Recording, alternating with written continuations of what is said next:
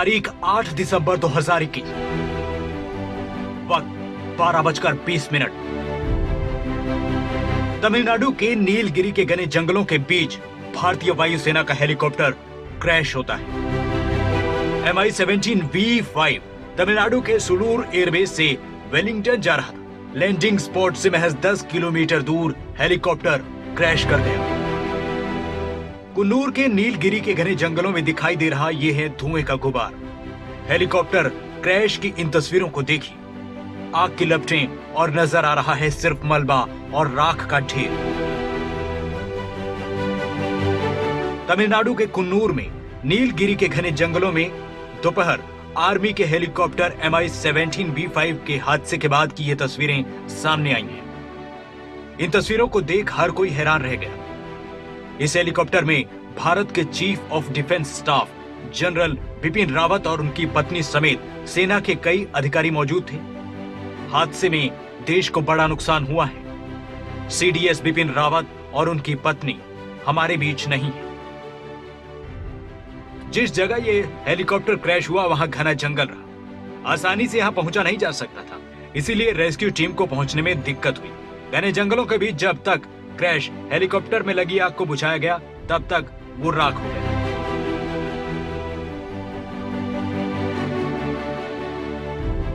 यह हादसा इसलिए भी ज्यादा संवेदनशील है क्योंकि हेलीकॉप्टर में देश के chief of defence staff Bipin Rawat और उनकी पत्नी समेत 14 सेना के अधिकारी मौजूद थे। दोपहर को हुए हादसे के बाद काफी देर तक दिल्ली के सियासी गलियारों में सिर्फ बैठकों का दौर चलता रहा। शाम तक सरकार ने इस मामले में कोई भी बयान जारी नहीं किया।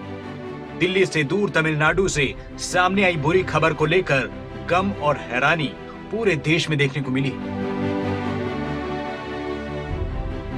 हर परिस्थिति में डबल इंजन वाले MI-17 V5 हेलीकॉप्टर इस तरह क्रैश होना कई सवाल खड़े कर रहा है। यह हेलीकॉप्टर VVIP मूवमेंट में भरपूर इस्तेमाल होता है। प्रधानमंत्री से लेकर रक्षा मंत्री और CDS इसी हेलीकॉप्टर से उन इलाकों का दौरा करते हैं जहां बड़ा एयरक्राफ्ट नहीं जा सकता।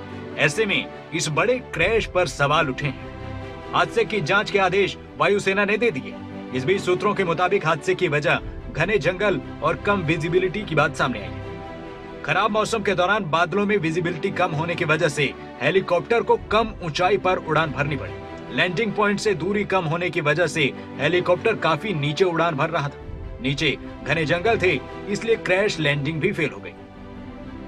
हेलीकॉप्टर के पायलट विंग कमांडर और CO रैंक के अधिकारी थे। ऐसे में मानवीय भूल की आशंका ना के बराबर है। क्रैश के बाद मलबे से जो शव निकले हैं वो काफी खराब हालत में मिले।